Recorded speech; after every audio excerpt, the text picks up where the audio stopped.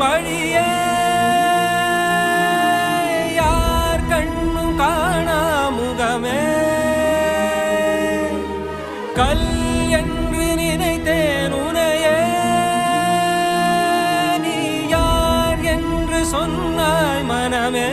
தான் நீயா எதில் நீ இருந்தாய்